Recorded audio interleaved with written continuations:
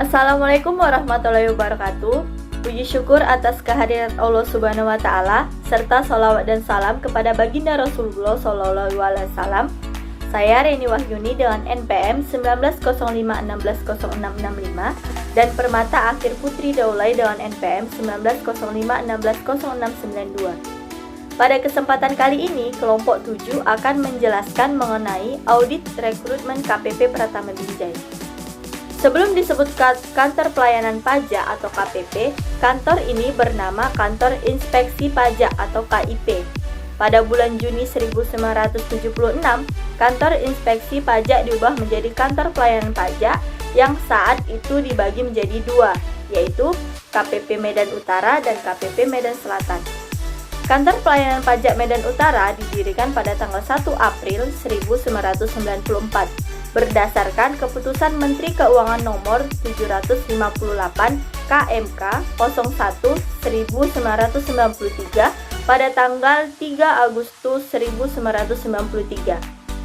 Dalam rangka meningkatkan pelayanan bagi para wajib pajak wilayah Kota Madya Medan, Binjai, dan sekitarnya, maka wilayah kantor pelayanan pajak dibagi atas 3 bagian, yaitu yang pertama KPP Medan Utara, yang kedua KPP Medan Timur, dan yang ketiga KPP Medan Barat.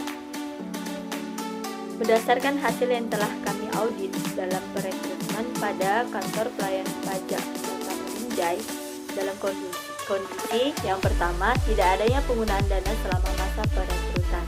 Yang kedua, kurangnya informasi pada perekrutan karyawan. Dan yang ketiga, banyak protes wajib pajak atas pelayanan di kantor. Yang keempat, adanya kekurangan dalam pemenuhan kebutuhan karyawan.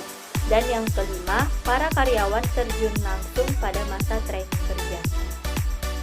Dalam kriteria, yang pertama, dalam rekrutmen seharusnya ada penggunaan dana. Yang kedua, terdapat prosedur yang jelas mengenai rekrutmen pegawai yang tercantum di KPP Pratama Binjai. Yang ketiga, rekrutmen pegawai dilakukan dengan membuat lowongan pekerjaan. Yang keempat, rekrutmen pada KPP Pratama Binjai, pelamarnya harus memenuhi syarat yang telah ditetapkan. Dan yang kelima, KPP Pratama Binjai biasanya merekrut pegawai dari lulusan STAN dan pada pelamaran CPNS saja. Ada 5 penyebab dalam rekrutmen pada KPP Pratama Binjai. Yang pertama, dengan adanya dana dapat memudahkan kelancaran proses rekrutmen. Yang kedua, karena kurang efisiennya dalam pengeluaran informasi. Yang ketiga, karena kurangnya pelayanan dalam kantor. Yang keempat, kurangnya karyawan. Yang kelima, karyawan dapat memahami proses pekerjaan yang ada. Selanjutnya pada akibat. Yang pertama, ketidaktuntasan program rekrutmen dapat mengakibatkan kurang efisiennya kegiatan. Yang kedua, tidak adanya pelamar yang datang. Yang ketiga, membuat wajib pajak malas untuk berkunjung membayar tagihan pajak. Yang keempat, banyak pekerjaan yang terbengkalai. Dan yang terakhir, membuat kelancaran pada pegawai dalam melaksanakan pekerjaan yang telah ditetapkan. Hasil audit yang dilakukan pada KPP Pratama Binjai, ditemukan beberapa kelemahan yang harus menjadi perhatian manajemen di masa yang akan datang, terutama pada SDM KPP Pratama Binjai. Kelemahan ini dapat dikelompokkan menjadi 3, yaitu 1. Kelemahan yang terjadi pada SDM yang masih kurangnya pemenuhan kebutuhan para tenaga kerja. Yang kedua, kelemahan yang terjadi pada saat dilakukannya proses rekrutmen karyawan, seharusnya diberikan terlebih dahulu informasi yang jelas.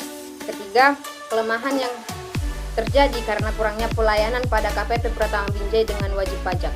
Selanjutnya ada beberapa rekomendasi, yaitu yang pertama, perusahaan harus membuat program perencanaan rekrutmen secara jelas dan terstruktur serta dipersiapkan dengan baik sehingga program pelatihan dapat berjalan dengan maksimal dan karyawan mendapatkan pelatihan yang sesuai dengan kebutuhan. Yang kedua, perusahaan harus membuat kebijakan terlebih dahulu untuk memberikan informasi yang jelas pada saat melakukan rekrutmen. Yang ketiga, keputusan untuk melakukan perbaikan atas kelemahan ini sepenuhnya ada pada manajemen. Tetapi jika kelemahan ini tidak segera diperbaiki, kami mengkhawatirkan terjadi akibat yang lebih buruk pada program rekrutmen di masa yang akan datang. Sesuai dengan penugasan mini riset yang telah dilakukan oleh kelompok 7, audit yang dilakukan hanya meliputi masalah program rekrutmen karyawan pada KPP Pratama Binjai untuk periode tahun 2023. Audit yang dilakukan mencakup penilaian atas kecukupan sistem pengendalian manajemen yang terjadi pada SDM KPP Pratama Binjai, yaitu dengan program rekrutmen pada calon tenaga kerja ataupun karyawan.